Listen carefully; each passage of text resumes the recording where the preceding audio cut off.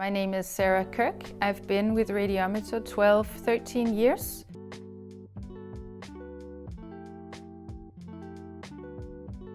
Being a female in a commercial organization, you're often the only lady in these conversations. And when I started my career, I felt that I needed to wear sort of a uniform in a way, to look more serious, or wear a suit jacket, or, you know, symbols of masculinity, one could say. I don't feel that anymore. I feel there is more a relaxed atmosphere around who you are and who you want to be. So I think that has certainly changed. I think we have quite a different culture, generally speaking, in Radiometer now, especially if you look at the past year and a half. And I think the culture is more flat. I think it is more enabling and more empowering, generally speaking. So if you are being reasonable and you're living up to your task, I feel that you have the space to operate that you need to.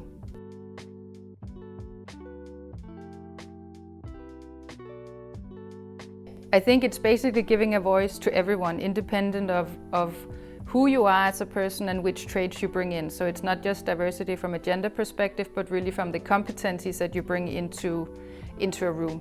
So I think as an organization, what we could do is also bringing in different people to the room. I think we do have a tendency that certain voices are heard more than others in the organization, and I think we can do even more of nurturing future talents in the organization. One way of doing that is something we're also discussing in acute care diagnostics, as an example, is how do you create healthy mentoring capabilities in our leadership teams, so that people are also feeling comfortable with being empowered, because I think you need both sides in order to actually thrive in that setting.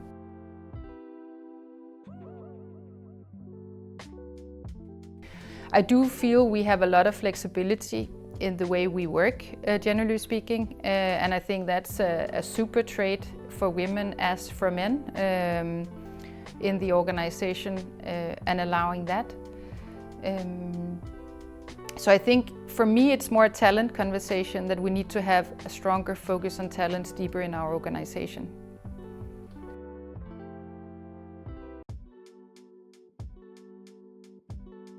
I have two examples basically I would like to bring forth. The first one, I think, a bit like in sports, you need someone who is in your ring corner, who is kind of cheering for you and who is helping you get exposure. And I had a manager for many years who was really exceptional in that. So seeing opportunities maybe also before you see it in yourself and help you flourish. So it's also about giving you exposure to things that may be outside of your competency area as such, but you will grow in that. So I think there is certainly that dimension of also helping empower in that direction. So I think we do have also a role here in terms of creating opportunities and cheering for our talents. Another good example, I think, on empowering each other is I was previously in the high growth area for our high growth markets.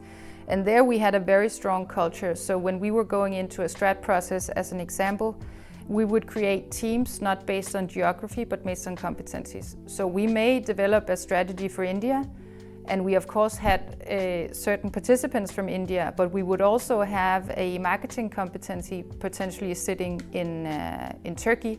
We would have sales competencies based out of Australia. We would have a market visibility sitting somewhere else. And that just created insights into other regions, fresh perspectives. So you would also open up kind of the horizon from a strategic perspective.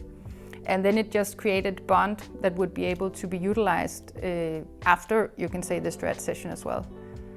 So it created a lot of psychological safety, also looking at the longer term, because you knew people, not just from sitting in a conference room, but from actually working together.